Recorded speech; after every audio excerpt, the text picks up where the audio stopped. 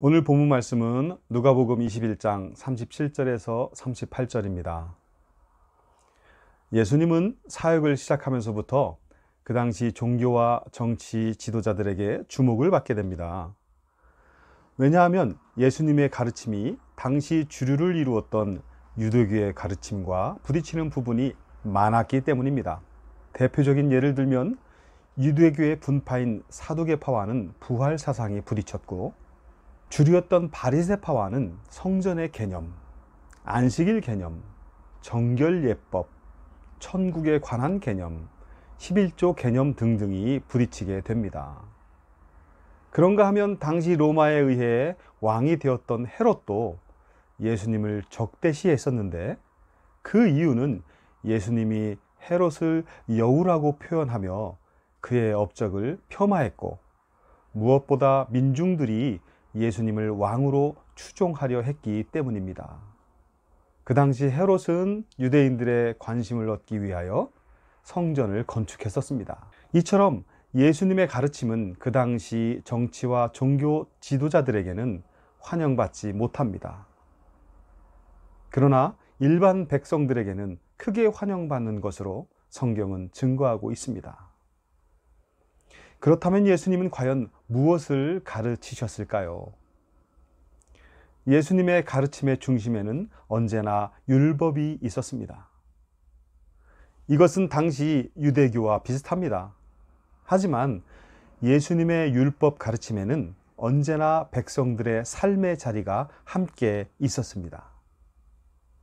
당시 주류였던 바리새파의 가르침은 율법 자체를 문자적으로 가르쳤기에 인간의 삶은 항상 율법에 매일 수밖에 없었지요.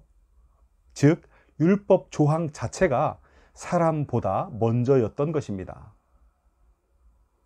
그러나 예수님의 가르침은 그 조항 자체가 아니라 그 법의 정신을 더 중요시했으며, 무엇보다 율법은 인간을 위해 존재하는 것이라고 가르칩니다. 즉, 사람이 법보다 먼저라는 것이지요. 다시 말해 예수님의 가르침은 율법과 삶의 조화를 위한 가르침이었다라는 것입니다. 이처럼 바리새파 사람들은 법 조항 자체를 가르쳤고, 예수님은 법의 정신을 가르치셨습니다. 그렇다면 오늘날 교회가 가르쳐야 할 것들은 무엇이겠습니까? 예수님의 뒤를 따라가는 교회가 무엇을 가르쳐야 할까요? 오늘날은 예수님이 살던 2000여 년 전과는 너무나 많이 다릅니다. 사람들의 생활 수준이 다르고 과학을 비롯한 많은 지식 수준이 다릅니다. 예수님 당시에는 직업의 종류가 많지 않았습니다. 그러나 지금 우리가 살고 있는 시대는 너무도 많은 직업의 종류가 있습니다. 예수님 당시에는 정치와 종교가 거의 일치하는 재정일치의 시대였습니다. 그러나 현대는 대부분의 나라가 정치와 종교를 별개로 취급하며 살아갑니다. 예수님 당시에는 접할 수 있는 문화가 한두 개밖에 되지 않았습니다. 그러나 현대는 이미 헤아리기 어려울 정도의 다양한 문화를 접하며 살아가고 있습니다. 예수님 당시에는 알 수 있는 정보도 거의 없었습니다. 그러나 현대는 컴퓨터와 휴대폰만 켜면 온 세상을 돌아다니며 내가 원하는 정보를 알아볼 수 있지 않습니까? 예수님 당시에는 먹고 살아가는 개인의 생존이 가장 큰 문제거리였습니다. 그러나 현대는 개인의 생존을 넘어 국가 전체의 생존과 지구 전체의 생존을 위협하는 환경과 같은 여러 심각한 문제들이 생겼습니다. 이러한 시대 속에서 예수님의 뒤를 따라가는 교회는 과연 성도와 사람들에게 무엇을 가르쳐야 할까요? 첫 번째로 성경입니다. 성서는 하나님의 말씀으로서 우리 신앙의 근본이 되며 인간의 정신세계를 풍요롭게 할 수 있는 진리이기 때문입니다. 그러나 바리새파 사람들처럼 성서를 문자적으로 가르쳐서는 안 됩니다. 현대교회는 예수님처럼 성서의 정신을 가르치며 인간의 삶과 성서의 정신이 조화를 이룰 수 있도록 가르쳐야 합니다. 둘째는 문화입니다. 기독교 문화만이 옳은 것이고 다른 문화는 무조건 나쁜 것이라는 이분법적 문화 가치관은 버려야 합니다. 기독교의 틀이 만들어질 당시는 로마가 유럽과 서아시아를 지배하던 시대였습니다.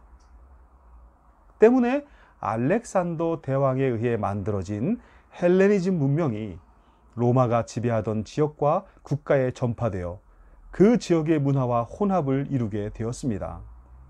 그 때문에 기독교 문화 역시 헬레니즘 문화에 많은 영향을 받으며 형성되었지요.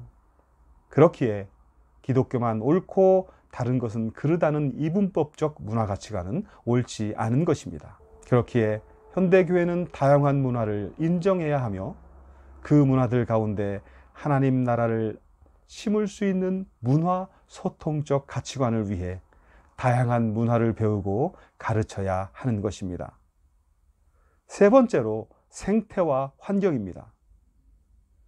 그동안 대부분 기독교인들은 생태와 환경에 대해 무관심하거나 무감각적인 태도를 보여왔습니다. 그러나 생태와 환경 문제가 전 지구적인 화두로 떠올라 전 세계가 생태와 환경 문제로 머리를 맞대고 있는 이 상황에서 어떻게 교회가 가만히 있어야 합니까? 지구의 생태와 환경은 하나님이 만드시고 보시기에 좋았더라고 감탄하셨던 하나님의 작품입니다. 그렇기에 교회는 더욱 앞장서서 생태와 환경을 배우고 익히며 가르쳐야 하는 것이지요. 네 번째로 정치와 경제입니다. 오늘 이 시대는 정치와 종교가 일치된 사회는 아닙니다. 하지만 구약시대부터 하나님은 여러 선지자들을 보내어서 정치 지도자들에게 경고를 하며 바른 정치를 하도록 간섭하고 있음을 성서는 증거하고 있습니다. 그렇기에 교회가 정치 지도자들에게, 이 사회 지도자들에게 선지자적 역할을 해야 합니다. 그렇기 위해서는 교회가 정치가 무엇인지 제대로 알아야 하며 바른 정치가들이 배출될 수 있도록 가르쳐야 하는 것입니다. 동시에 교회는 물질 숭배와 부익부 빈익빈이라는 경제 딜레마에 빠진 이 시대를 그냥 보고만 있어서는 안 됩니다.